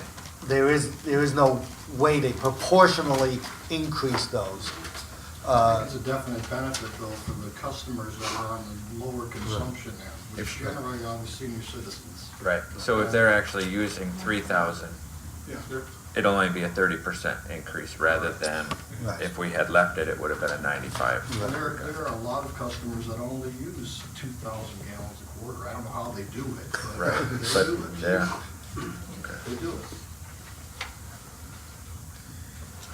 and obviously, like I said, they're only gonna get charged for the volume that they use. You know, so there's no, you know, we've had those customers that they get billed for 6, but they're using 2. And they spoke about that. And I think for others that you see where the increases are there, the ones that are using 6, it's what we've talked about, just like with the meters go in, if that cost goes up, is they become more efficient in their water. So these numbers that you see may actually, you may see a 10% fluctuation or whatever, because people will by nature, is their costs go up, they look at how can I conserve and not use as much water. You know, you shorten the shower, you don't, run the dishwasher as often, things of this sort, so that you use less to try to control the bill. And I think we're gonna see that, that's inevitable. and I was a little, I know it's way back on your initial, on the memo that you read. You said that the per analysis provided by Zubek operation and maintenance cost for water was $3.33 per thousand and $3.23 per thousand gallons for sewer. This was based on crediting the contracted sales of water and sewer against the operation and maintenance. Operation and maintenance cost prior to performing the calculation. Basically what they did. I was lost in what you said. Basically, what they were doing here is, you know, this is our operation maintenance cost, about, just rounded up to about $4 million. They were taking that 1.25 million in contracted sales from the township, subtracting that from the $4 million O&M costs, and then dividing it by the volume of water we sold to reduce that down. That was their way, that was just their way of doing the calculations, is that they took that revenue, that contracted service revenue, and subtracted it from our O&M expenses before they calculated it out. Okay. We didn't feel that that was appropriate in our calculations. We wanted to have true O&M costs, because that contracted sales number is so variable, Okay, that we want to make sure we cover our O&M and debt, no matter what happens. okay. So I just got none of lost. these calculations whatsoever have anything from the township on there at all. So instead of it being included before, now it's down at 0. Now it's So that's down, kind of taken our per thousand cost up right. based on that calculation. It does get added in here to Okay. our total revenue stream, so that we do have it accounted for. And then we back our expenses out of that total revenue stream to figure out what we have available for capital. But it's not included as part of the calculation for O&M charges. Correct. Okay, so it's That- only being put on the capital end. Well, as far as it's their put in, portion it's of put in cost. as part of the total revenue, but we're not using it in the calculation of what our O&M charges would be. That's strictly based on what does it cost us to operate the system. That is, the two plants, the distribution system, and the collection system within the city. Okay. What do those cost? And then, based upon the volumes that we produce and that we treat, that's how we come up with that true cost of operation and maintenance. It doesn't matter what happens out in the township in essence. We've put a spreadsheet, and basically, I gave you a lot of stuff to try to digest, but there's a lot of other spreadsheets that we put together. This one is what I assembled to basically be able to calculate what our O&M and debt costs were per thousand. And again, we looked at 2012, 13, 13, 14, 14, 15, 15, 16, then we took the average of those. come up with what our costs, our debt, and O&M costs were. And that, just to kind of take it back to the budget, that's in your budget in the funds for water and sewer. Okay. Yeah, those are That would- directly out of the budget. Yeah, it would show you the detail of operating and maintenance costs. It's just one quick comment and one question. Just the comment, your reports have evolved a lot in the last 7 years, so that's certainly everything, we need to know. It might take a little while to digest all that, but, I mean, you got everything covered, and I appreciate that.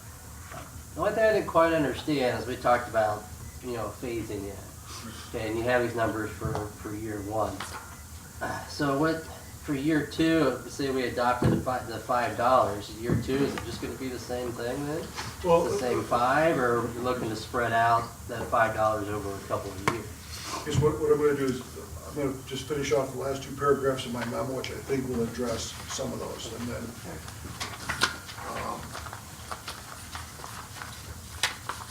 these increases will generate from approximately $1.663 million to $2.026 million, depending on the rate of serve charge. This, as stated, is far less than $3.6 million identified in the Gosling-Zubeck study as the needs for our system, but it is a starting point, which will allow the city to initiate some of the needed capital improvements. At this time, we are presenting these scenarios to City Council for their review. From a capital needs standpoint, the more funding we can commit to meeting those needs, the less far behind we will lag in fulfilling those needs.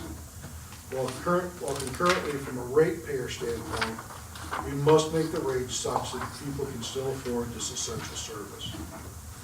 It is staff's opinion that with the variables that exist in the water and sewer revenues, new meters, adjustments in the rates, changes in the billing method, and negotiations with Alpena Townships, that the income be monitored closely to ensure that we are meeting the expectations projected in the proposed rate formula. It would also be the intent that the new rate structure would not be implemented until January 1st, 2014, to allow the customers advance notice of the upcoming increases and allow United Water to prepare for monthly billing in lieu of quarterly billing.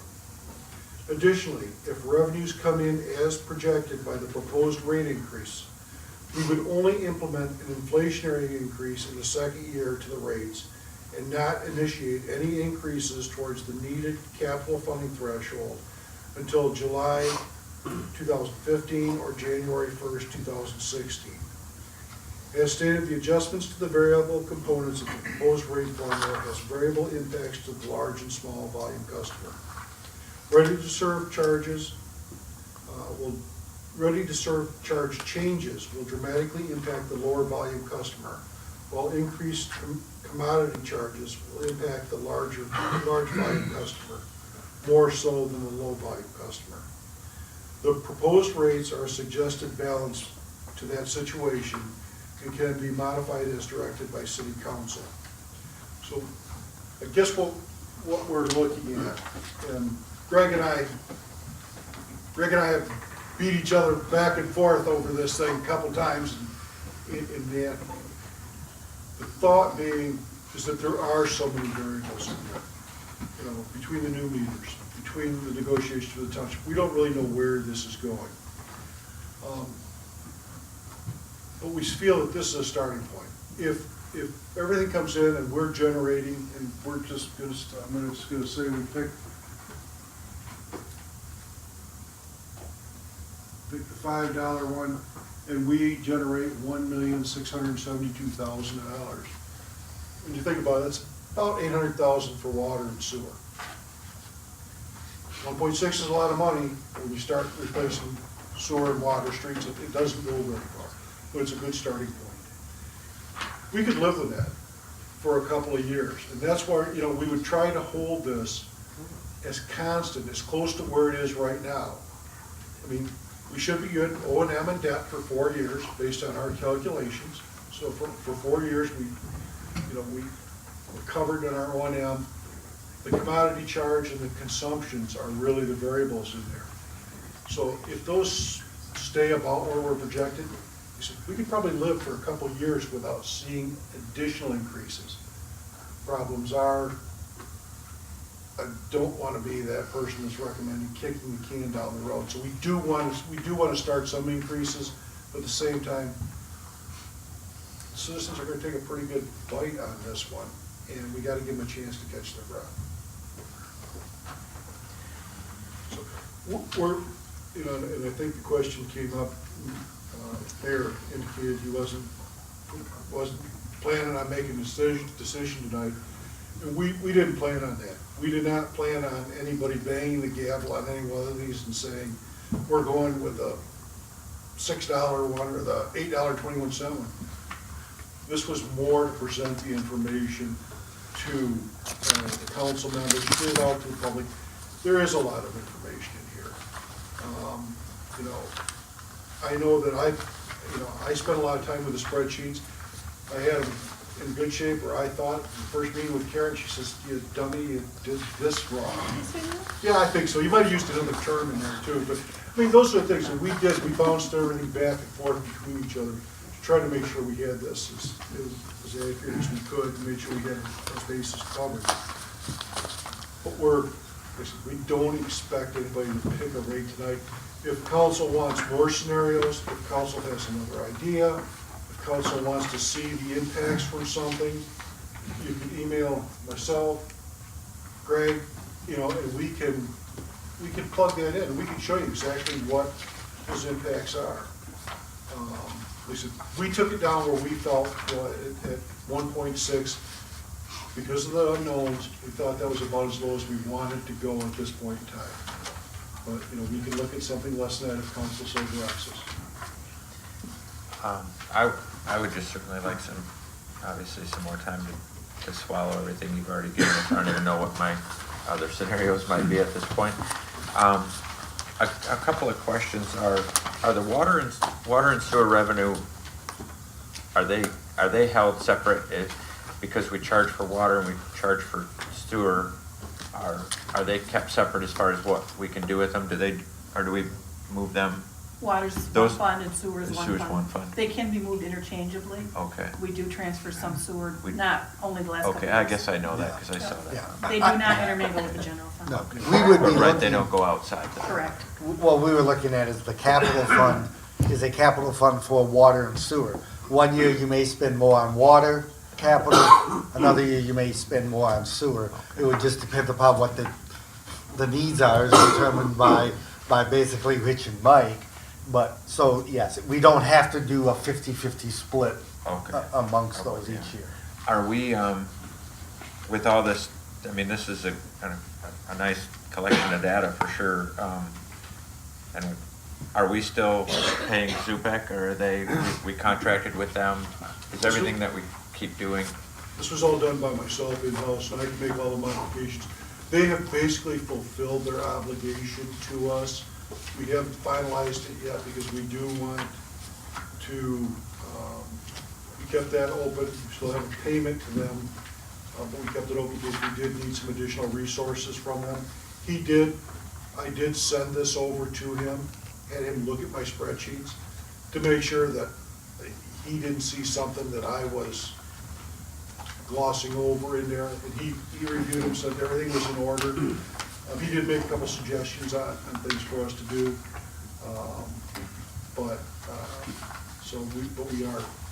we're not paying them to regenerate all this data. So if you Okay. ask something of me, Greg, to do, we'll do that in-house. Okay. I have a quick question too on the debt service for 1,000. Is that calculated at current debt? Is that eventually gonna go away, or is that just something that is gonna be in debt that we figure we're gonna keep incurring and such for the bigger capital projects? I mean, if we didn't borrow any more money, eventually it would go away. But we've got sewer and water bond issues that we took out, the SRF and DWRF about 5 years ago. Yeah, 2000. And those are a 20 or 25-year bond. Plus, we have another water and sewer one. Yeah, so, We went by the actual debt yeah. Okay. payment that we make every year. And what we did is, these are the debt, this is the debt that we're gonna pay in 12, 13. It varies from year to year.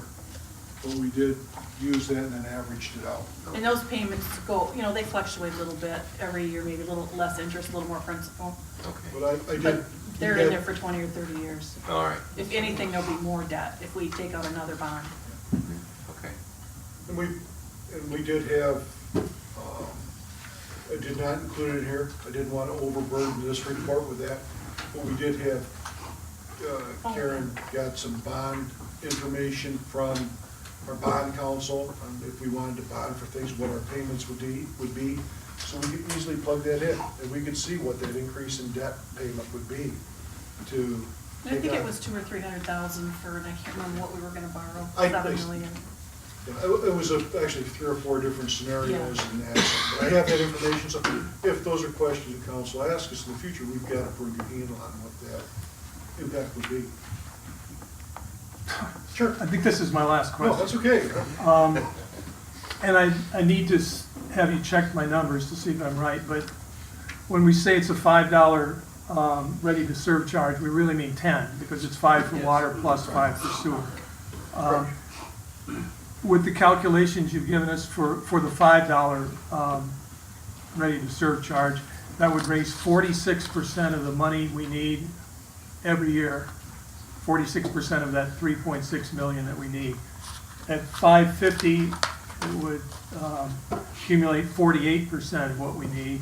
At $6, it would be just under 50% of what we need. And the one for $8.21, I think that pushes us over the cliff, so I didn't go there. But how comfortable are you and Mike and Greg, and the staff that's kicked this around with any of those numbers? 46%, 48%, 50%? Well, I don't. from an engineering standpoint, though, I'd like it higher, but at the same time, I'm also, I mean, it's real- I'm jacking my realistic. water and sewer rates up here too as well. Yeah. So I realize that. Greg and I, like I said, we sat down and we talked, 1.5 to 1 3/4, we could get by a couple of years at that level. And if things are going well and it seems to be working, you know, I can go into this and, you know, under a capital commodity charge, you know, I can put in, Magic money? you know, if I put in 10 cents for each one, there's about $60,000 in additional revenue it generates. But then you have to look at what that impact is on the customer. So that's exactly what I did, was I started moving those numbers around to see where it could work. I think what we did is, we looked at what is the minimum amount we wanted to generate for capital. That we felt anything below that was gonna just continue to perpetuate some of the problems we have. And that's where we looked at the $1.5 million to $1.75 million, and said that's really the bottom number. We certainly don't wanna go below $1.5 million of capital, funds. And so that's what really dictated, and then we plugged in the different rates to see how it impacted that. And obviously, the one variable that we don't know, and we just left as a constant, is the contracted services with the township, because we don't know that. That will definitely impact. If it stays the same, our numbers are gonna be, you know, basically what you see up there, but, depending on where they go, it will also affect those. Same thing with the trucked in waste. We've been, you know, every year we budgeted for less trucked in waste and it's continued. At some point, it is gonna go away, so there's $100,000 that could fall off at the drop of a hat, so to speak. Thank you all for doing this. Well, I give most of the kudos to Rich, who put the spreadsheets together, and we had a lot of discussions. And I think we were both kind of on the same page, but it was hard to put it all together when we had nothing to look at. And once he did that, it made the discussion and that go much smoother and much more quickly than it did. So, without what Rich did, I don't think we'd be standing here tonight ready to even present what we did. I think the additional advantage too to that readiness to serve charge is it takes out that variable where people use less water because of the high rates. You're gonna have that continuous flow of revenue coming in no matter what the consumption is. And I think that's important in planning for capital projects. Throw one comment out, and Matt mentioned, you know, we're not comfortable making a decision tonight, but this information is out in the public. I don't know how it's gonna be reported on, or how people interpret it and whatnot. I guess if people understood one thing, I would want it to be this, that, to cover our operation and our maintenance and our debt, we need to charge $13.08 per 1,000 gallons. That's just covering your expenses. We charge $9.17. That would be equivalent to a restaurant, it costs them $7 a plate and they charge you $5. Sounds great for a customer, but it's a terrible business model. We have had extremely low rate, but honestly, that's a mistake.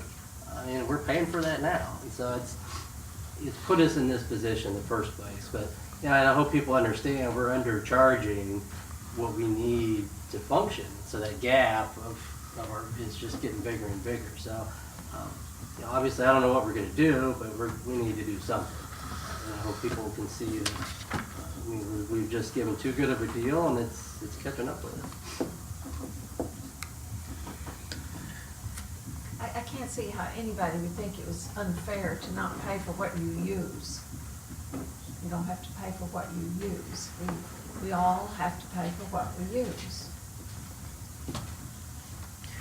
And I guess the other, and I'll just throw this out, even at $5, $39.50 a month for water and sewer service, I would dare say everybody's cable, cell phone, gas, electric are significantly more than they are.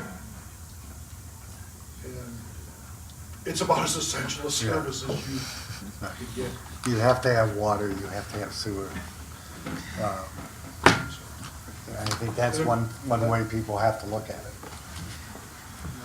So what would you recommend that we Well, just table? Yeah, why don't we can bring it back at the next meeting again. In the meantime, if you have questions, you have ideas, either get them to Rich or myself, or send it to both of us, and we can make sure we both have it, and then we'll look at those and report back.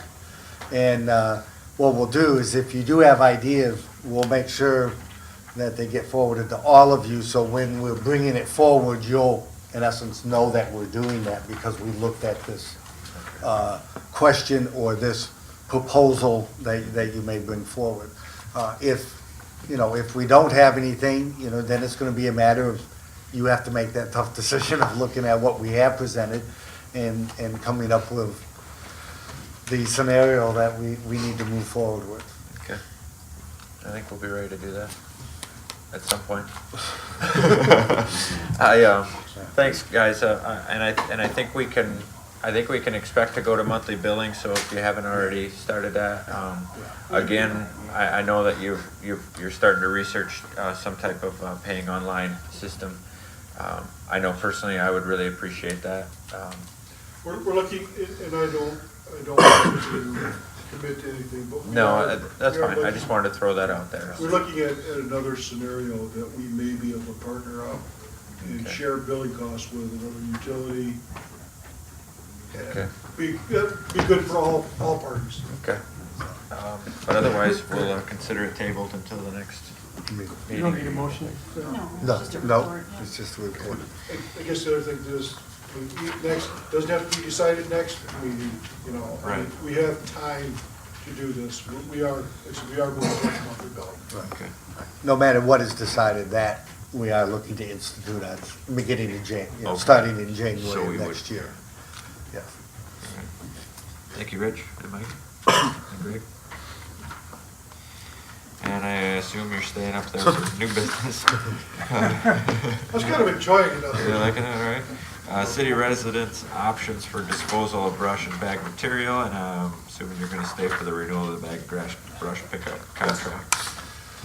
Earlier this year, city staff recommended, and city council approved the discontinuation of brush drop-off at the Public Works Service Center. This was due to the large volume of brush being dropped off, much of it which was coming from commercial enterprises. Residents and commercial entities are still allowed the opportunity to drop off bagged lawn and leaf materials before. As a follow-up to this action, Staff was to provide options to city council for residents to dispose of both bag materials and brush. There are basically two manners in which to provide this service, either curbside pickup or allow the materials to be dropped off at the Public Works Service Center. In the previous years, the service was provided as curbside pickup on a monthly basis for both bag material by contracted service and brush by Public Works staff. As budgets tightened, this service was reduced to a spring and fall pickup for bag materials, along with opening of the Public Works Service Center to allow for the drop-off of bag materials throughout the week and on one Saturday per month. Brush pickup continued on a monthly basis performed by Public Works staff. This was successful, but was still straining existing Public Works staff to fulfill this service and meet the other demands of the department. Last spring, the city elected to only perform curbside brush pickup in conjunction with the fall and spring bag material pickups and allow brush drop-off at the Public Works Service Center year-round. This has resulted in having to deal with a much larger volume of brush than when we performed curbside pickup. During curbside pickup, we limit the volume to a 6x6 area. With drop-off, there were no volume limits, and we expended many more man and equipment hours than before. It has not worked out due to residents and commercial enterprises bringing in larger volumes. Just as an aside, we had brush pickup last week, and I asked Sean, Sean, with all the brush that we had brought into the DPW, how did brush pickup go? Was there a lot less? He said, no, there was probably more than before. So the brush drop off at the DPW is not impacting the brush that people are would be willing to set out to the curb. So we know that there's still that big volume that was coming in from outside the city. As an option, the following is suggested. One, we allow open drop-off for private individuals only. No commercial operations of bagged lawn and leaf material. So, any citizen can go over there, drop off their stuff, but if they're a commercial enterprise that's getting paid to mow somebody's lawn, to take care of their landscaping, do whatever, they need to find their own method to take care of that bagged material.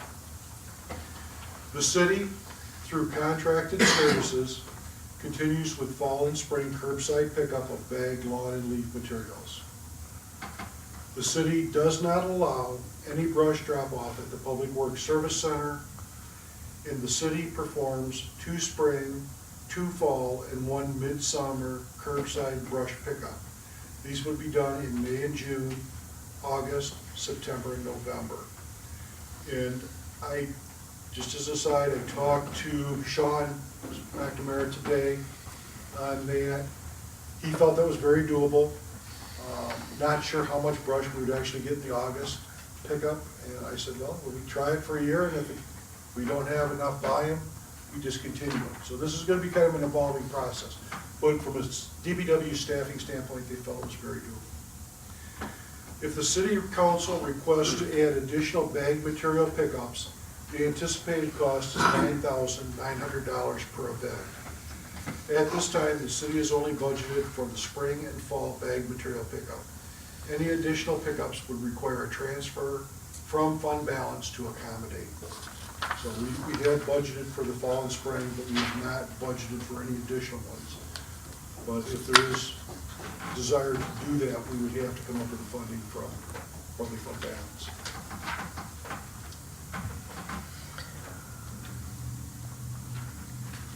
Rich, you see any real need to go from 2 brush pickups to 5?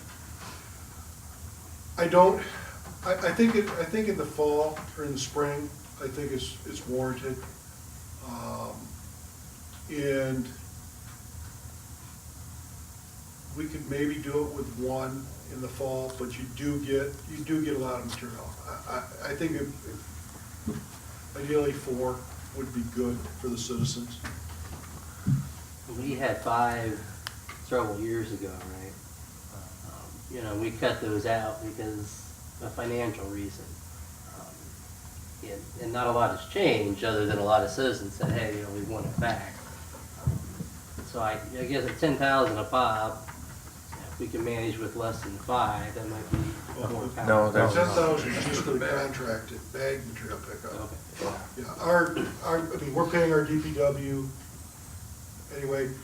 I would much rather have them out picking it up curbside than having to deal with it being dumped off at the DPW. So he's basically, what you're saying is that lawn and leaf bagged will just be picked up in the spring and fall. Correct. But curbside pickup by the Brush. so the DPW is basically, he's saying that he has found it in his current budget to pick up 5 times. Well, basically, I mean. Brush only. It's labor that's gonna be charged to local and major streets. But right now, their chipping at the DPW is charged to local and major streets, because that's where the brush is Right. assumed to be coming from. So, And it's costing them more doing it. Because one, there's less control over what gets dumped. You have to deal with it. If it's a large, people drop off stumps, things of this sort. Whereas if it's on the curb, if it is something we can't handle, we simply leave it there because we can't handle it. And then the people will have to dispose of it. So, you know, we can at least be somewhat selective and make sure it's of a size that we can handle. And if we find we don't need 5, all we're saying is, let's do that, and then if we don't, we can reduce it to 4 or 3, whatever, you know, works out in terms of the actual, the need out there. But the 5 brush pickups is still gonna be cheaper than what it's costing us right now. Yeah. Have people been, you haven't been getting brush there, have you? no, So people have been abiding by the no brush? yeah, I mean, you're gonna get, you know, somebody shows up with a branch. Yeah, we're not gonna tell them to take it home, but we discourage it. There's absolutely no commercial brush drop off at all. And basically, either people kept it at home and set it out to the road for this last week, but the volume was the same as years past when we didn't have the brush drop off. As far as picking it up, what you picked up. How are you, for the contracted services, you're gonna be able to keep contractors for coming in and dumping their grass and leaf? You don't have a guy standing? We're not gonna have somebody out But there that will be the watching. rule? Yes, that would be the rule, and if we see them in there, we will stop. What if, have you thought about a fee?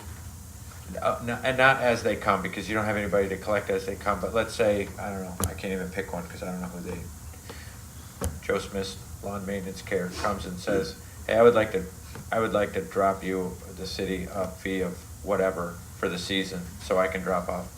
Because you just said he's charging his customers to get rid of the debris. He's gotta take it somewhere. So if he were to offer, is there some type of fee you could establish for them? It would yeah, and if we did, it would not be cost effective, because by the time we, you know, it gets put in the pile, then we turn that pile 4 or 5 times, that we've handled it. So it's nothing you could even structure? I mean, it would be probably in excess of $20 a yard for every, you know, yard of lawn material he dropped off. Okay. Didn't even come close to touching our costs. And if we don't have anybody who's going to monitor it, the other problem is, Did he get? where did it come from? Yeah. You know, yes, they're doing city, but they're also doing Yeah. out in other areas, and they're bringing all of that. And so now we're, in some ways, because of the lack of monitoring, and we have some flat fee, it encourages, well, I might as well bring as much as I can for whatever I paid. And how long has the DPW been open to the public like this? We started doing it on Saturdays only. I mean, the weekday. Hasn't always been Only that way? three or four Just years. 3 or 4 years? I think so. Okay. So it's, When we discontinued the monthly bag material pickup, because I know what my garbage bags full of grass smell like after a couple Yeah. of months. right, so, yeah, so people can't store them. So it hasn't always been open to, that's what I was getting No, at. when we did it every month, there was no need to, and So the contractors were taking it somewhere else at that point? evidently. Yeah. Yeah. So- The outside Yeah, contractors. and it may be that if they were doing a yard, the agreement was we leave the bags if they bagged it there and then you put it out each month, Right. at the time. So we were taking it, but we knew it was from, There's a guy in or at least the township that chances takes are it. from. He's got a business that he takes it. So, I'm fine with that. I guess Sean would know better, Sean McNamara would know better than I would as far as how many times to pick up brush. That seems excessive to me, but I don't know. He would know better, I guess. Well, and like I said, these are the ones I threw out. He said they could do it. I mean, if council thinks 4 is adequate, I can certainly support that. Because I think 2 in the fall and 2 in the spring will meet the needs. I just don't want to leave somebody in a lurch in the middle of the summer if they did take up some Because shrubs. August, I don't know, there's not a lot of wind and storms and things. And that's the other thing. If we have a large wind event, storm event or something, and there's a lot of limbs down, we can initiate a pickup. You can And call maybe it that's out. the better way to handle it instead of an That August sounds, one. that sounds just as well, because you do that anyhow. Yes. So, I'm fine with that. Just I'm fine with eliminate the August one. I would, personally, I would eliminate the August one. I don't know if council's okay with that. And in the event that we have, that would be a standard if there were a windstorm of some kind anyhow, so we don't even have to. So I'd put them on the 4. I wondered, if you're doing August and September, would it be better to move the September one back to October when you're getting some leaves dropping, or? We're typically, the bag leaf material, pickup is in November anyway. So that's targeting towards the leaf drop. But the brush, and we can fluctuate those. It's just, in theory, the 2 in the fall and 2 in the spring would meet those needs.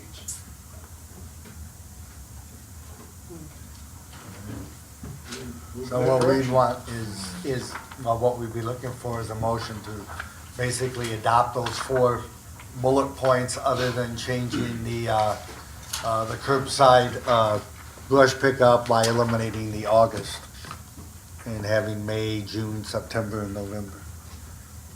So that's what we'd be asking from council. Or 2 in the fall. Or 2 in the fall, whether they're September, November, whatever. I would just leave it at 2 in the spring. Spring, 2 in the fall, and let us. We don't want to motion him into picking up, Okay. but. Okay, that would be fine. We'll just change that to spring and fall. Need a motion? Yes. I'll make a motion of that eloquent sentence you just said. I'll second.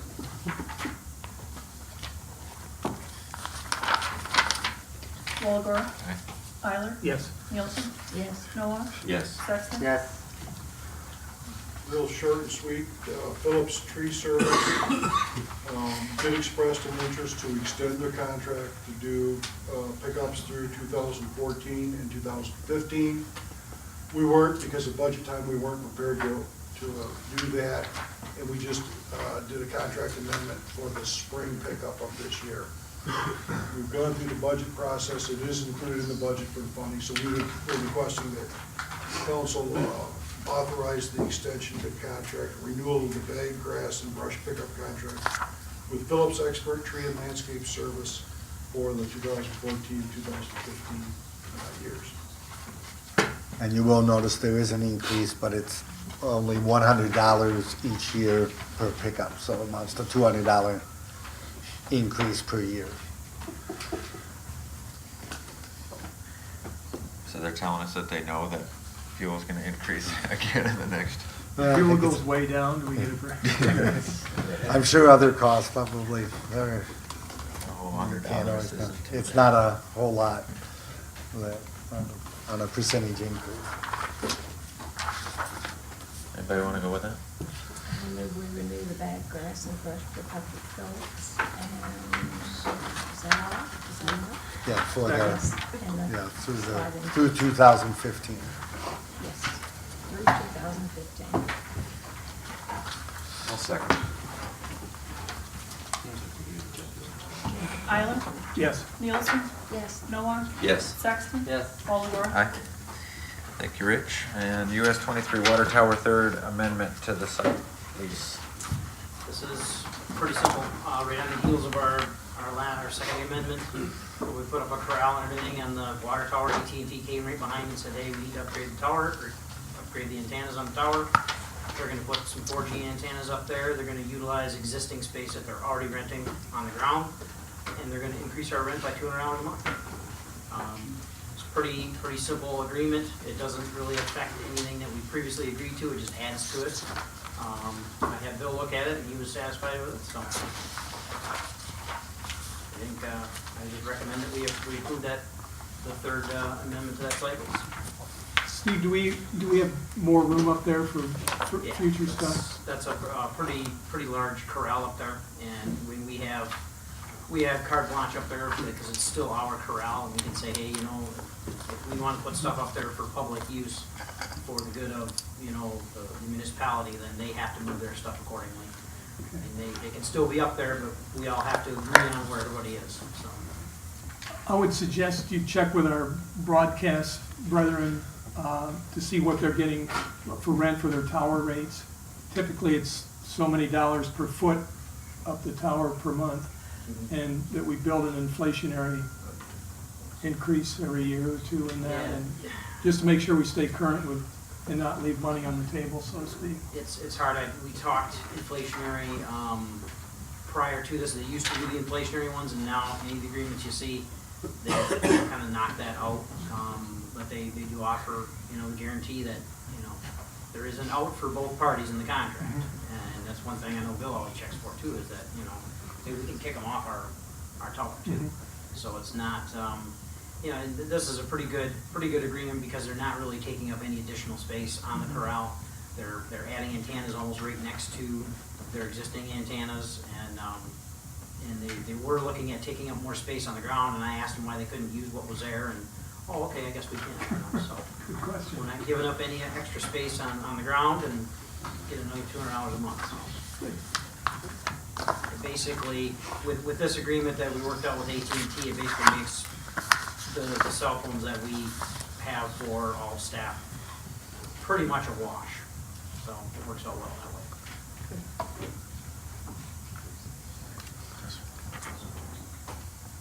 You want to do that? I move we approve the third amendment to the AT&T site lease agreement. Second. I'll second that third. Second. Nielsen? Yes. Noah? Yes. Sexton? Yes. Walagora? Eiler? Yes. Thank you, Steve. I move we adjourn the closed session. A second.